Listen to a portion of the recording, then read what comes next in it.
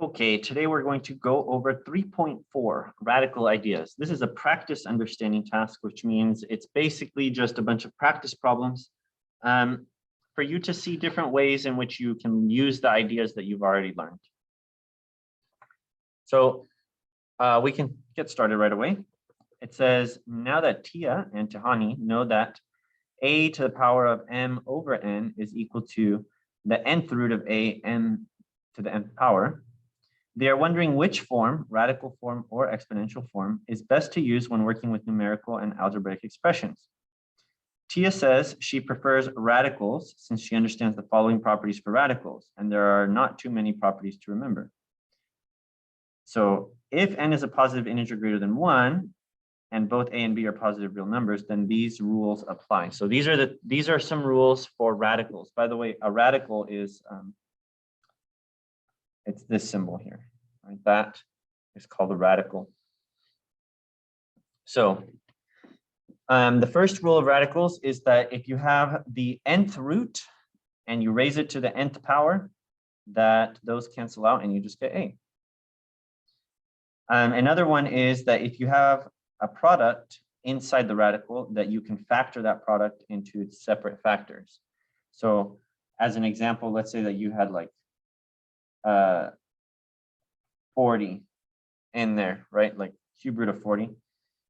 40 is 20 times 2, so you could separate this out into 20 times 2.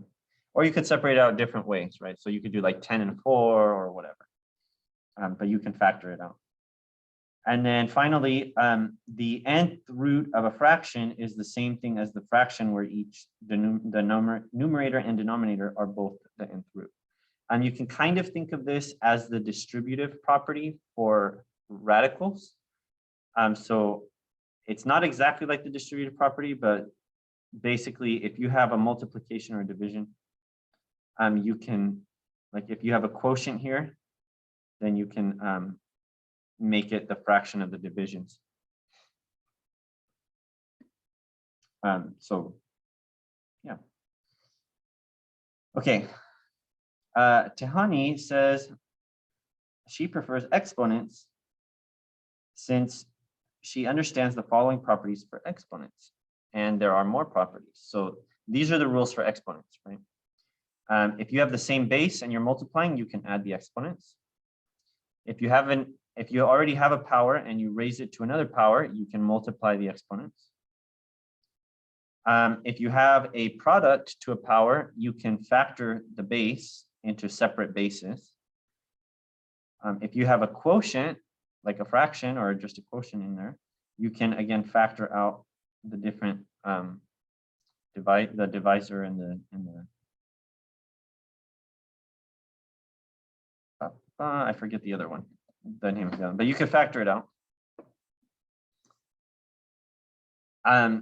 Another rule of exponents is when you have the same base in the numerator and the denominator of a fraction, you can subtract the exponents as long as you're not dividing by 0.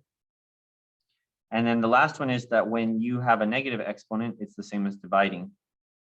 So those are the rules for exponents. So there's rules for radicals and there's rules for exponents. Okay, now we continue on. It says, do this. Illustrate with examples and explain using the properties of radicals and exponents why a to the power of 1 over n. Let's see if we can zoom in a little. Okay. A to the power of 1 over n equals the nth root of a. And a to the power of m over n equals the nth root of a to the m, and why these are true. So I'll try to describe why these are true, okay? When you have the nth root of a, okay, what this means, it's asking a question. The question it's asking is, which number times itself n times, right? So if that was a 3, it would be which number times itself 3 times. If this was a 5, it would be which number times itself 5 times, etc. Right? Which number times itself n times equals A, right? So that's what this is asking. Okay? When you see this, it's asking that question.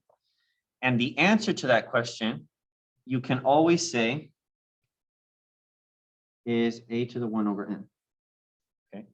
And the reason why is because if I take this and I multiply it times itself a bunch of times, I'm going to put dot, dot, dot to show that you can keep repeating it. But I'm going to use this little bracket to show that I did it n times, right? We don't know what n is, but if n was 3, then you'd repeat it 3 times. If n was 5, you'd keep going 5 times, etc. Right? N times, that will always equal to A. Okay, because if you do it n times, and each of these is 1 over n, then eventually you're going to get n over n, which is just 1, which is A, right? So think like if it was 3 times, this would be 1/3, 1/3, 1/3. So all the 1/3s together would equal 1, right? If it was 1/4, you'd repeat it 4 times, 1/4, 1/4, 1/4, 1/4, and that would still equal 1. So which number times itself n times equals A? This number times itself n times, right? This number right here times itself n times equals A. So therefore, the answer to this is that equals that. And that's why that's true. Okay. All right. So now, separate, we're going to show why this is true. Well, we just proved that these two things are equal over here. So if I write the nth root of A to the n power, that's the same thing as writing A to the 1 over n to the n power. These are the same thing. That's what I just proved over here, is that those are the same. So because these represent the same, instead of writing it this way, I can write it this way. And we know that in exponent rules, if you have a power and you are raising it to another power, you multiply the powers. And whenever you multiply, you can multiply the numerator. So that's going to be A to the m over n. And that shows that this is true, right? So this equals to this, and this equals to this. So you know those two are equal to each other. And that is the explanation. Again, make sure you internalize it, make sure you understand it, ask questions, don't just copy the answers. Okay, let's keep going. It says, using their preferred notation, Tia might simplify the third root of x to the 8 as follows. So she's going to simplify this. She says, x to the 8, the third root of that, you can separate x to the 8 as x to the third power times x to the third power times x squared. And that makes sense because if you add up the exponents, you get 8. Okay, and we know according to the rules that we can separate those into separate radicals. Instead of there being one big radical, you can separate it so they each have their own radical. Then, since you have to the third root and the third power, the third root and the third power cancel out, and these ones they also cancel out, and that's why you have these two x's over here. Right? So like this cancels this, and all you have is x, which is why you have an x. This cancels this, which is why you have an x, like that. And then this doesn't cancel because this is a 2 and this is a 3, right? So that doesn't cancel, you just leave it. And then we have x times x, which is x squared, and then that you still leave it as the same. So that's how that works.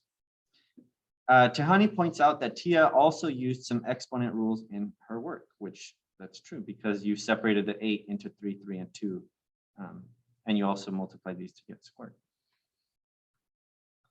On the other hand, Tehani might simplify this as follows. So instead you could write x to the power of 8 as the third root of x to the power of 8, which you write it as x to the power of 8 over 3. And 8 over 3 is 2 2/3, right? Because that's it takes 6 to make 2, and then you have 2 left over. So it's 2 2/3. And so you can separate these, right? Because you have an addition here, you can separate them like this. And then x to the power of 2/3 is just the same thing. So they end up getting the same answer both ways. Okay, for each of the following problems, simplify the expression in the ways you think Tia and Tahani might do it. Okay, so you want to try this on your own, and then you want to check with your teacher.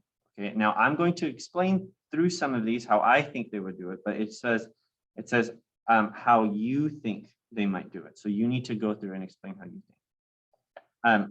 Remember that Tia is used to using radicals, and Tahani is used to using exponents. So for Tia's method, okay, now I'm going to start. So pause the video, try it on your own, and then you can come back and watch. So for Tia's method, the square root of 27, she would probably write that as the square root of 9 times the square root of 3. The square root of 9 is 3, so she would write that as 3 root 3. Tehani would probably write it like this, 27 to the 1/2 power. And that's the same as 3 squared times 3 to the 1/2 power, which is the same as 3 squared to the 1/2 power times 3 to the 1/2 power. Since we have a power and a power, these multiply. 2 times 1/2 is just 1. So that gives us 3 times 3 to the 1/2 power. And then 3 to the 1/2 power is just the square root of 3. 3 root 3. Same answer. Same answer both ways. Okay, let's keep going. Third root of 32. So Tia's method might be to separate this into 8 times 4. And then the third root of 8, you could say it would be like this. We can separate them. And then the third root of 8 is just 2, because 2 times 2 times 2 is 8, right? It takes 3 2's to multiply together to equal 8. So that will equal 2, and then we can just put the third root of 4. Okay, so that might be how Tia solves it. Tehani would probably solve it as follows: 32 to the 1/3 power. 32 is 2 to the 5th power to the 1/3 power. Right? And so that would be 2 to the 5/3 power, which is 2 to the 1 power plus 2/3 power. So, and that is 2 to the 1 times 2 to the 2/3. And 2 to the 2/3 is 2 times the third root of 2 squared, which is 2 times the third root of 4. So again, same answer, right? 2 different ways to understand it. And we're not worried about speed here. Okay, we're worried about understanding. So if you understand one way, try to understand the other way. Even if you understand the faster way, that's not an excuse to not understand the longer way. They're both valuable. You want to make sure you understand them both. Okay, let's keep going. Okay, 20, the square root of 20 to the x power. So Tia would probably do the square root of 4 times 5 times x squared times x squared times x squared times x, something like that. And then Tia would probably separate all of those like this.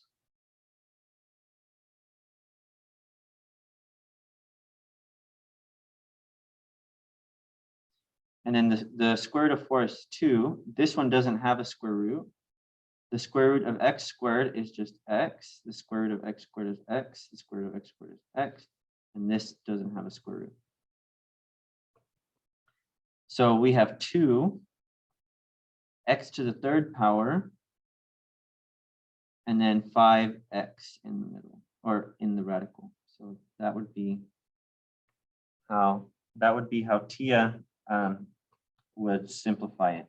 Now Tehani would probably do it like this: 20 x to the 7th power to the 1/2 power. And then you can split that up into 2 to the second power to the 1/2 power times 5 to the 1/2 power times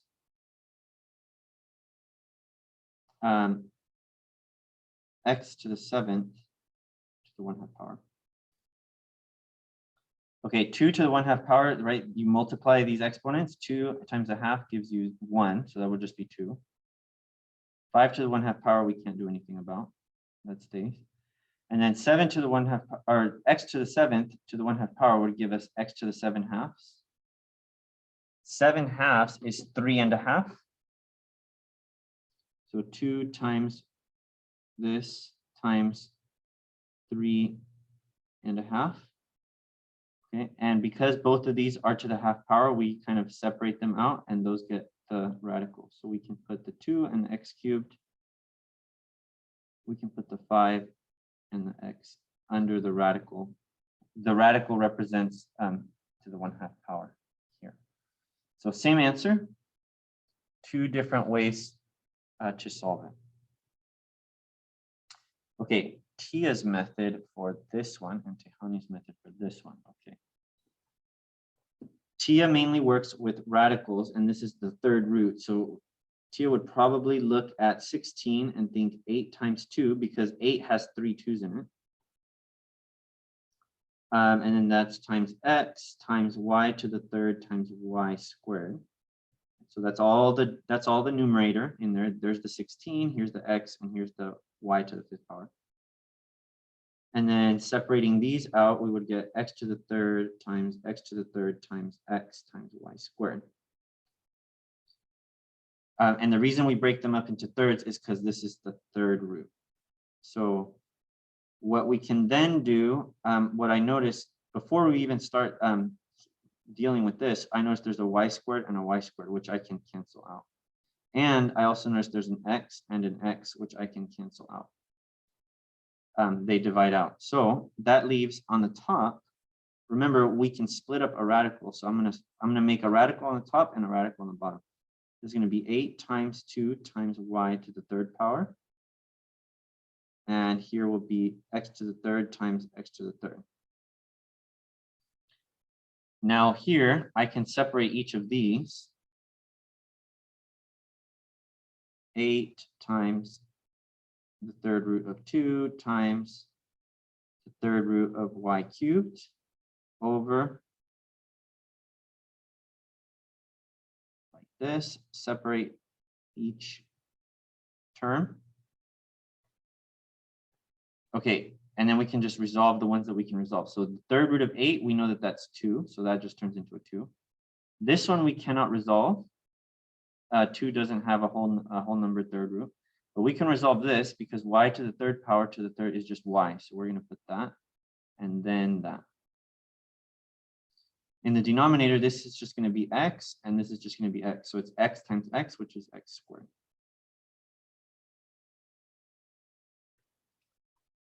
So that's how Tia might solve it. Now, Tehani is more about the exponent rules. So Tehani would rewrite it like this. And what Tehani would do is, because she knows exponent rules, she would actually say, oh, look, this is a 5 and a 2, and they both have y. Let's subtract. And this is an x, and this is a 7, so let's subtract again. So she would probably write it like this: 16. This is y to the 3rd. And then this would be x to the 6th, like this. Like 5 minus 2 is 3 on the top. And then 7 minus x, but it's bigger on the bottom, so it stays on the bottom. Okay, and now exponent rules, you can split these up, right? You get 16 to the 1/3 power, y cubed to the 1/3 power, x to the 6th to the 1/3 power. These cancel out. 6 times 1/3, that's 2. So you have a y on the top. You have an x squared on the bottom, And 16 to the 1/3, that's going to be 2 to the 4th power to the 1/3 power, which is 1 and 1/3. You can think of that. It's 4/3, so that would be 1 and 1/3. That would be 2 to the power of 4/3. And then this is 1 and 1/3, so that would be 2. And then I'm going to move the 1/3 over here because we're going to put a third root over it. So that's like 1 and 1/3, you can think, right? 4/3 is 1 and 1/3. This would be 2y x squared and the third root of 2, like that. And that, if you notice, those are the same. Let's get that in the frame, huh? Notice these are the same. Okay.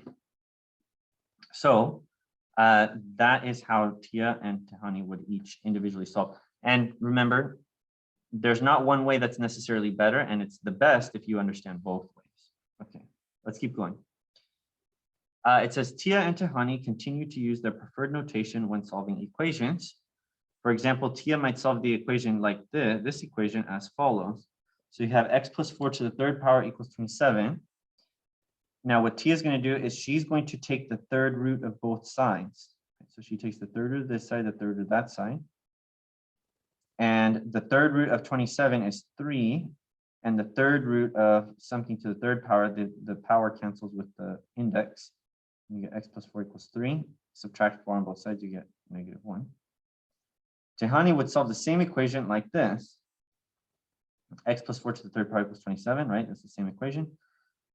You would raise both sides to the 1/3 power, right? And 27 to the 1/3 power is just 3. 3 times 1/3 is just 1. That's why it goes away, and then you get the same answer. So you can solve either with radicals or with fraction exponents. Okay, let's keep going. It says, for each of the following problems, simplify the expression in the ways you think Tia and Tehani might do it. So the way Tia would do this problem here is that she would start by putting the square root on both sides. So we'd have the square root of x minus 2 squared equals the square root of 50. The square root of something that's already squared is just going to cancel out. So that's just x minus 2. And the square root of 50 is going to be the square root of 25 times 2. And the square root of 25 is just 5. So that leads us to x minus 2 equals 5 root 2, like that.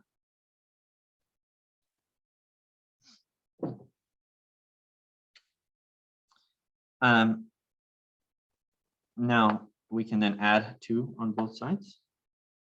We get 2 plus 5 root 2. Right. That's how Tia might solve it. Now Tehani would probably solve it using exponents. Pretty much the same thing, but with exponents. So since it's squared, right, it's already squared, what Tehani might do is she would put a 1/2 power here and a 1/2 power there. 2 times a half is just 1, so that just gives x minus 2. And 50 to the 1/2 power, that would be like saying 5 to the 2nd power times 2. So what you can do here when you use exponent rules, you can do the exponent times that exponent and this exponent times that exponent. So you get x minus 2 equals 5 to the 1 times 2 to the 1/2. You can add the 2 over to the other side. And x equals 2 plus 5 times 2 to the 1/2 power. And 2 to the 1/2 power is the square root of 2. So we can write x equals 2 plus 5 square root of 2. And that's the same. You can see that's the same answer. Okay, let's keep going. Solving this, both students, I think, would start by dividing by 9. So what happens is you divide here by 9, you divide here by 9, these cancel out. and you get x minus 3 squared equals 4/9, like this. Maybe they don't start this way, but I think they would both start this way. Then what you do is with Tia, she would again use the radical. So she would take the square root of both sides.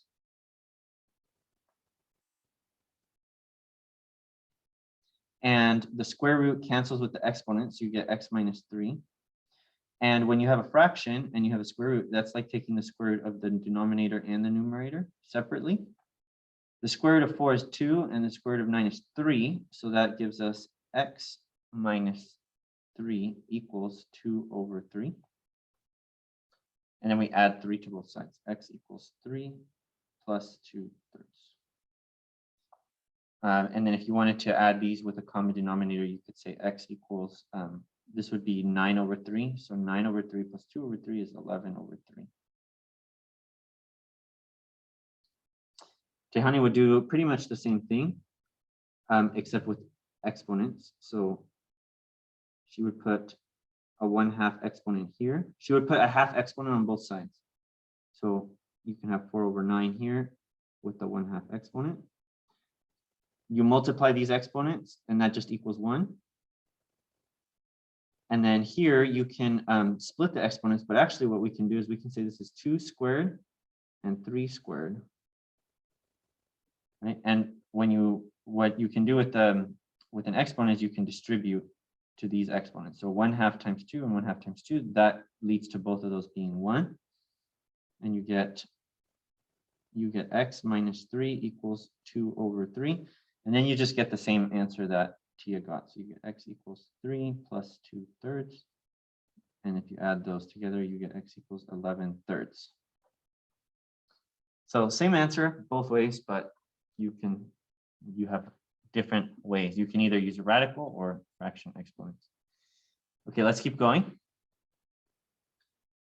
Zach is showing off his new graphing calculator to Tia and Tehani. He is particularly excited about how his calculator will help him visualize the solutions to equations. Look, says Zach, I treat the equation like a system of 2 equations. I set the expression to the left equal to y1 and the expression to the right equal to y2. And I know at the x value where the graphs intersect, the expressions are equal to each other.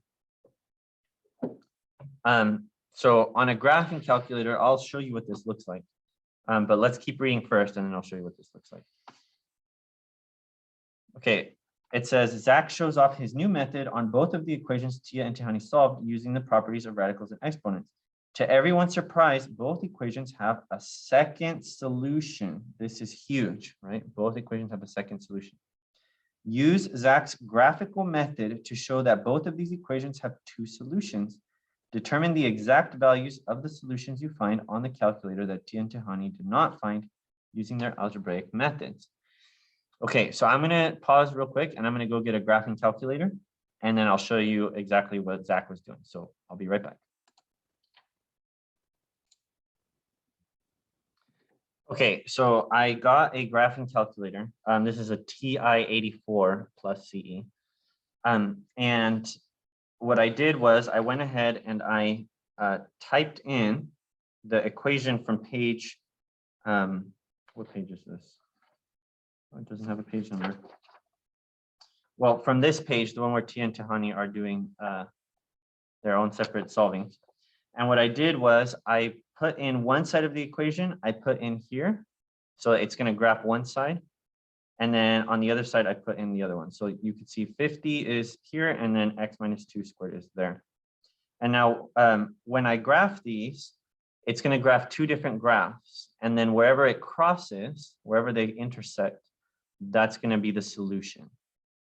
Okay, so you can see one of them is going to be red and one of them is going to be blue, and you can see it. So I'm going to hit this graph button right here.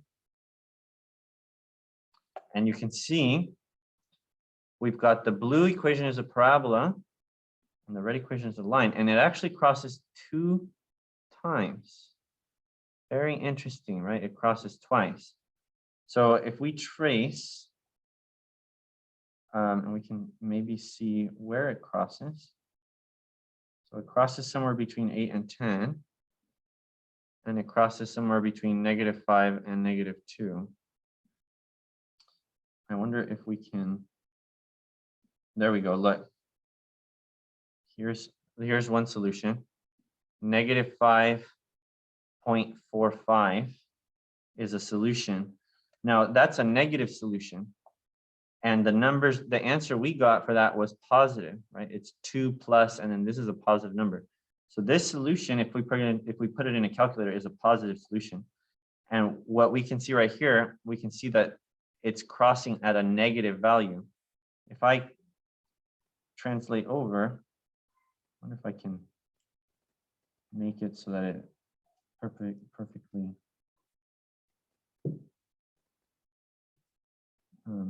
So it's not quite landing on it, but we can see that it does cross the positive somewhere over here. Oops. And oh, look right there, 8.63. And that is this value here, right? So the positive answer is there and the negative one we didn't get.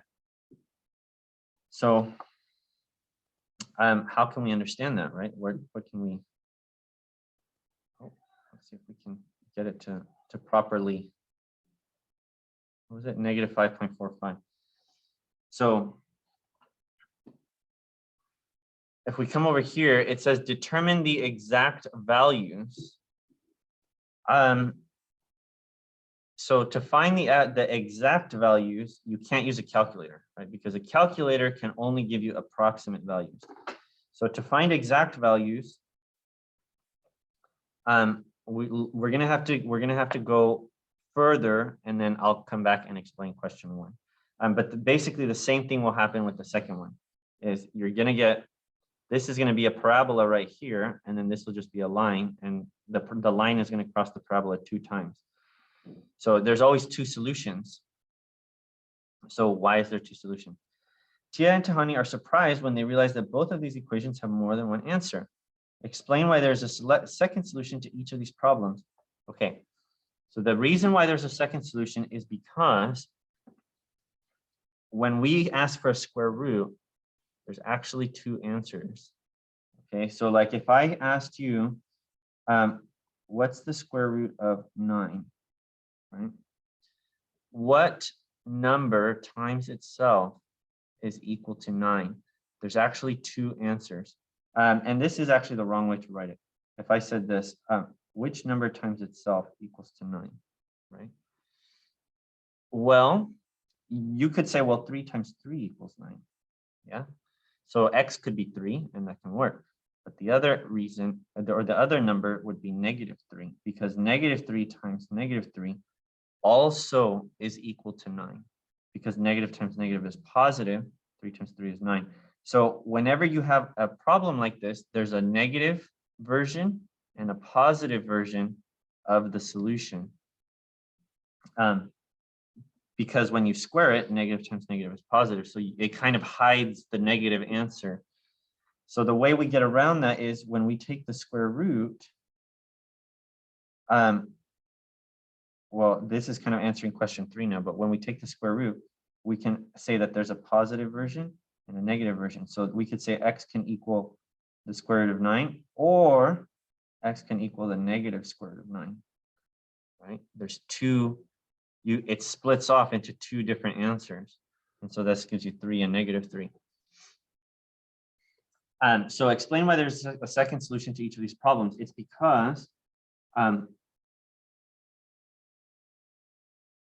a negative number times itself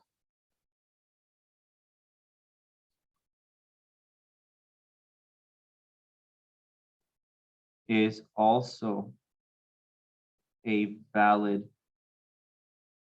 solution.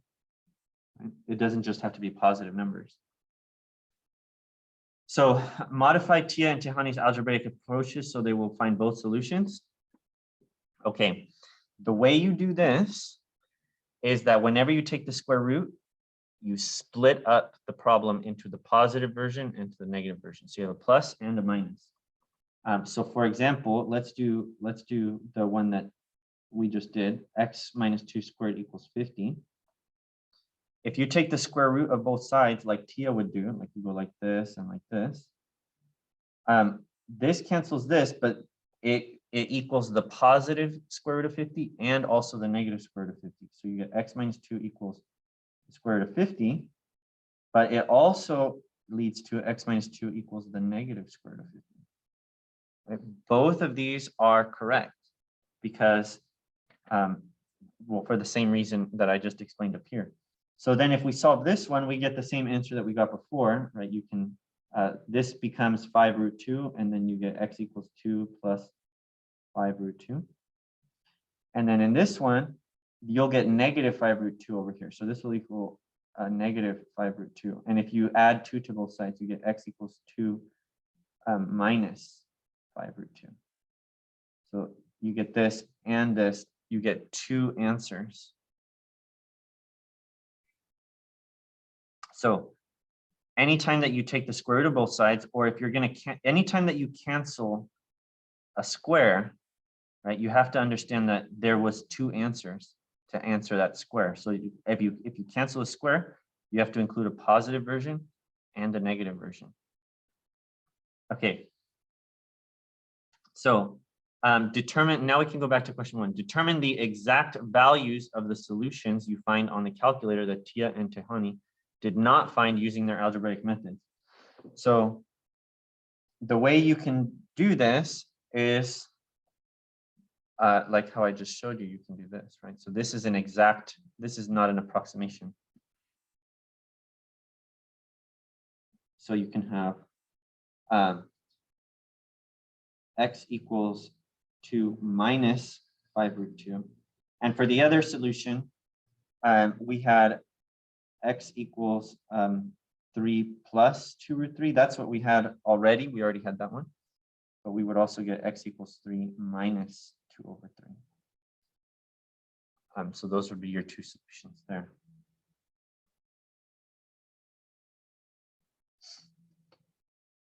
And if you solve this, because we got 11 over 3 as well. If you get a common denominator, you get 9/3 minus 2/3, which is 7/3.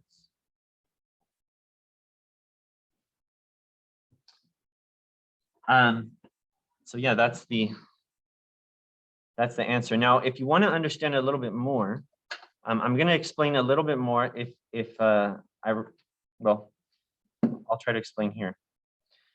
So going back to here, right?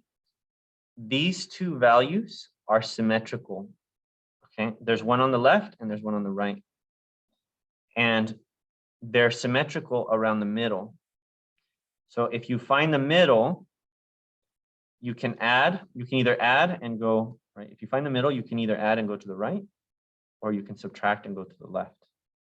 So if you know where the middle is, that can help you find, if you know where one is, then you can know where the other one is. And that, if you look back at our equation here, right? Look at this parabola, right? Think about where the line of symmetry is, where the vertex is, right? So it would be at 2. So the middle is 2.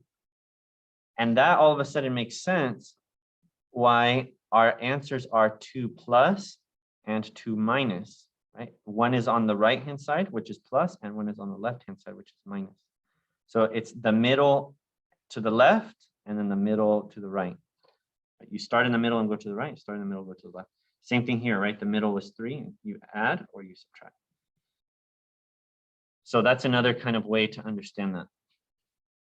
Okay, let's keep going. We're going to do our ready, set, goes.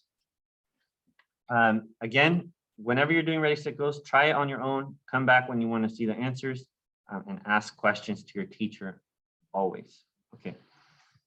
It says in each of the quadratic equations, ax squared plus bx plus c equals 0, identify the values of a, b, and c. So it's just asking us to match up the equations that they give us to the letters and say which letter represents what. So a is in front of the x squared. Here, the thing in front of the x squared is not there, which means it's 1. B is whatever's in front of the x, that's a 3. And c is the number that doesn't have an x next to it, which is a 2. So a here would be 2. B would be 3, C would be 1, A would be 1, B would be -4, and C would be -12. Okay. That's that. Okay, write each of the quadratic expressions in factored form. Okay, we haven't done this in a little while, but we'll go through. So this would be x plus 2 and x plus 1.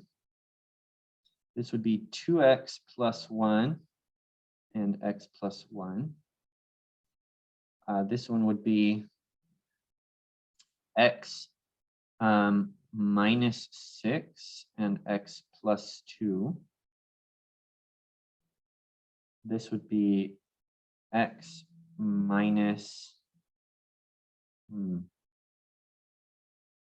x minus 2 and x minus 1.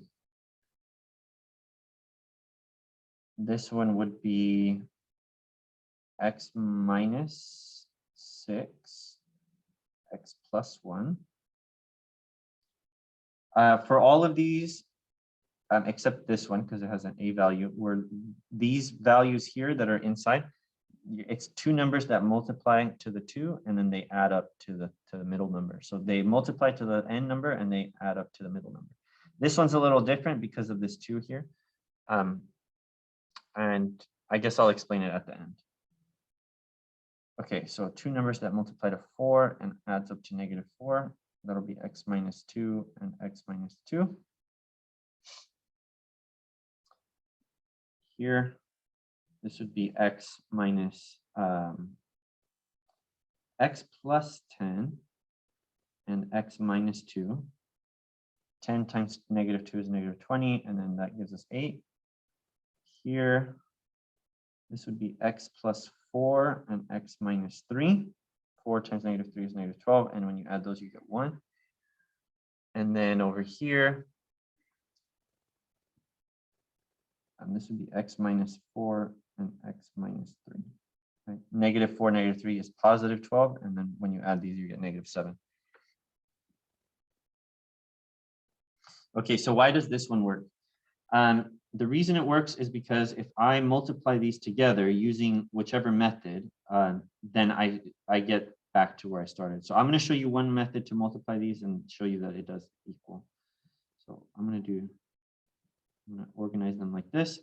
1 times 1 is just 1. 1 times 2x is 2x. Put a 0. X times 1 is 1x, and x times 2x is 2x squared. Add these down. 1 and 0 is 1. 2x and 1x is 3x, and 2x squared is just 2x squared. And so you can see right here, I know it's overlapping the other one, but you can see here 2x squared plus 3x plus 1, that's the same. So when you multiply these two, you get that, and that's what we're looking for. Okay, let's go to the set. It says each of the expressions below can be written using either radical notation like this or rational exponents like this. So you can think that's like Tia and that's like Tahani, right? Just like what we did in the task. Rewrite each of the given expressions in the form that is missing, express in most simplified form. Okay. So this would just be 5 to the 2/3. This would be 16 to the 3/4. Okay, well, we can probably make this better. Because 16 is 2 to the 4th power, right, to the 3/4. And then when you multiply these, this 4 will cancel this 4, and you'll get just 2 to the 3rd. But so this will actually just be 2 to the 3rd power. You can think of it like 16 4th root 3rd power, something like that. But it does just equal 2 to the 3rd power, which by the way equals 8. Okay, let's keep going. The 3rd root of 5 to the 7 times 5 to the, or 5 to the 7 times 3 to the 5. So we can say that as, I guess we should want to write it in exponential form. So that would be 5 to the 7/3 times 3 to the 5/3. 7/3 is 2 and 1/3. So this would be 5 squared times 5 to the 1/3. And then 5/3 is 1 and 2/3. So we can do times 3 to the power of 1, 3 to the power of 2/3. And that will be 25 times 3. 25 times 3 is 75. Times 5 to the 1/3 times 3 to the 2/3. It says express in most simplified form. Potentially this could be the most simplified form. It depends on what you want. So each teacher would have something different, but I would consider this pretty simplified. Okay, so here, whenever you have the same base, you can just add the exponents, and even better that they have the common denominator there. So we can just add this and get 6/3. So this would be 9 to the 6/3 power, and that's just 9 to the 9 squared.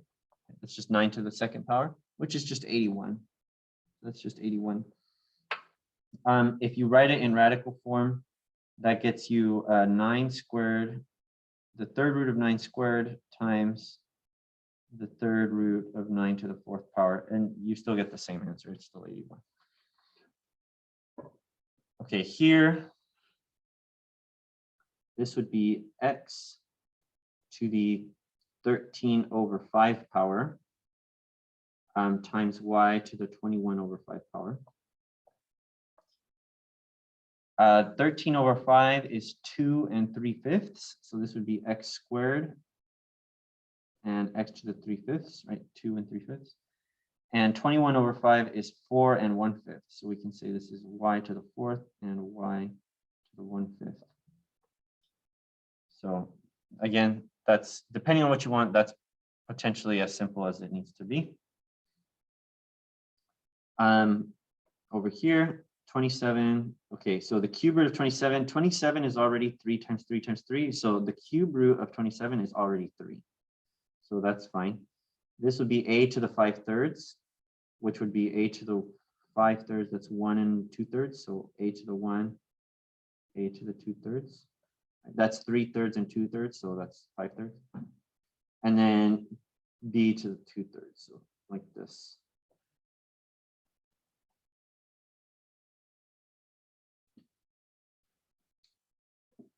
Okay, next. 32 is 2 times 2 times 2 times 2 times 2. It's 5 2's multiplied together. So that's already, this is already going to equal 2. And 243 is 3 times 3 times 3 times 3 times 3. This is 5 3's multiplied together. So I can already tell you that this is going to have a 2 in the numerator and a 3 in the denominator. The 13, we can say that there's there's a 5 goes into this twice, so you can think of this as x squared, and there's a remainder of 3. And then 5 goes into here 3 times, so you can just do y to the 3rd power. And this would be, if you write it in exponential form, 2x squared times x to the 1/3 and 3 times y to the 3rd power. Okay, and then doing this one over to here, writing it in radical form. 6/3, I'm noticing that's already a 2, right? 6/3 is already a 2, so that's just s squared. So really this is 9 3/2 times s squared times t to the 1/2. These can both be square roots, right? Because we're going to write it as with the radical. So this could be 9 to the 3rd power in the square root, and this could just be t in the square root. So what we can write is we can write s squared and then the square root of 9 to the 3rd power t. And 9 to the 3rd power is like 81 times 9, which is 729. So this would be s squared and the square root of 729t. Now here's something interesting and something I hadn't thought of. The square root of 9 is 3 already. So this actually is going to have a square root already. I can't just stop here. The square root of 729 is going to be 27, I think. 27 times 27 is that. So we can say this is s squared, 27s squared, and the square root of t. If we had split this up earlier, right, kind of like 9 to the 1/2 to the third power. 9 to the 1/2 is already 3. This is 3 to the third power. And draw a little arrow, sorry. 3 to the third power, which is 27. And that's how you get the 27 off of that. I'm glad I noticed that because that would have been embarrassing. Okay, to solve the equations below, use radicals or rational exponents as needed. Okay. So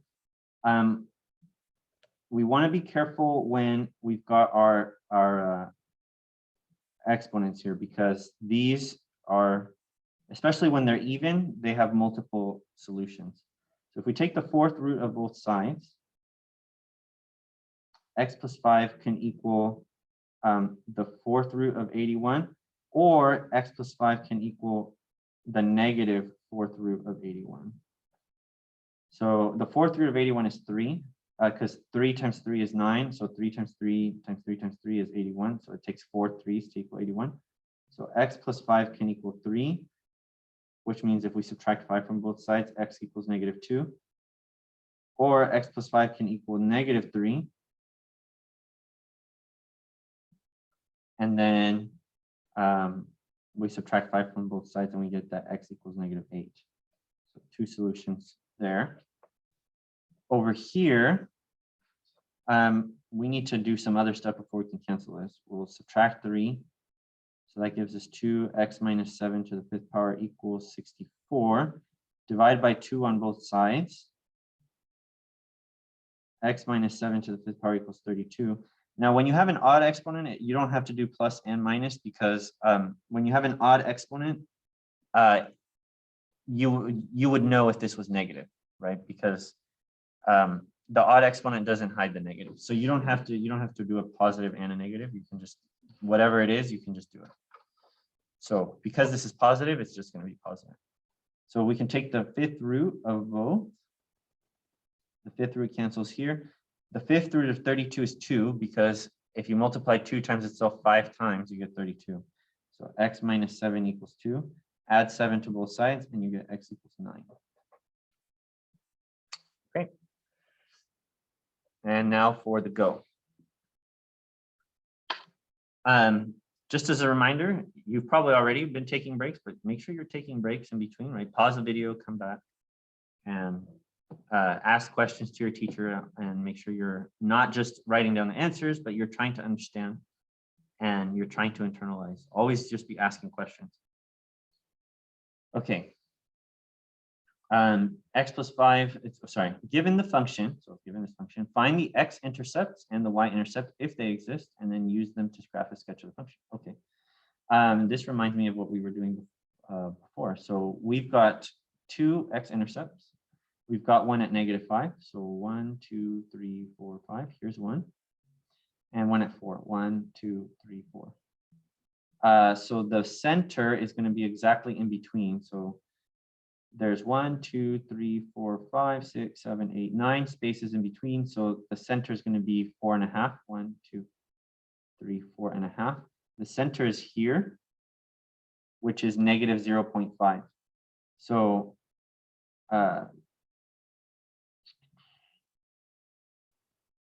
I guess it doesn't ask us to find the center. I'm just so used to doing it. Okay, so the x-intercepts are -5, 0, and 4, 0. And the y-intercept we can get just by plugging 0. So if we put 0 here and here, we get 5 and -4, which is 20. So 0, 20. -20. 0, -20, which is way down here. So the graph looks a little bit like that. And it would meet somewhere down here, but it goes off the graph. Okay, let's look at 24. Let's see, does this have an x-intercept? Will this ever equal 0? Even if, okay, so at 5, you can multiply it by 2 a bunch of times and it'll never equal 0. If you take 5 and you divide it by 2 a bunch of times, it will never equal 0. So this will never reach 0. It doesn't have an x-intercept, not applicable. It does have a y-intercept, which is whenever we plug in 0. So if we do that, g of 0 equals 5 times 2 to the 0 minus 1, which is 5 times 2 to the negative 1, which equals 5 over 2. So the y-intercept, when we plug in 0, the y-intercept is 5 over 2, which is 2.5 right there. And then this gets doubled every time. So when we plug in 1, it'll equal 5. And when we lower it, it gets half. So it'd be like 1 1/4. So it's curving. It would go something like this. Okay. Rough sketch, but it's exponential, so it would go like that. Okay, this one is linear. I can already tell. It's linear. We can even go real quick and distribute this. Negative 2x minus 6. So we know our y-intercept is negative 6 because of mx plus b. 0, negative 6. If we plug in 0, you get 0 plus 3, which is 3 times negative 2 is negative 6. So that's right. 1, 2, 3, 4, 5, 6.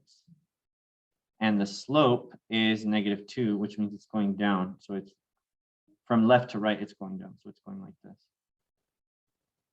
And there's our x-intercept, which is at negative 3. That makes sense because when we plug in negative 3 here, negative 3 plus 3 is 0. Times negative 2 is still 0, so that's right. And we can graph this, sketch it. It's just a line.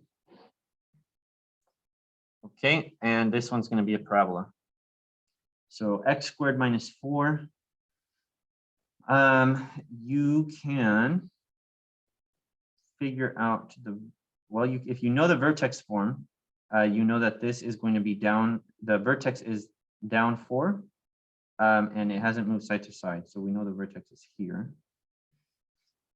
If we factor this, you get x minus 2 and x plus 2. That will tell you the intercepts are 2 and negative 2. 2, 0, and negative 2, 0. So it's a parabola like that.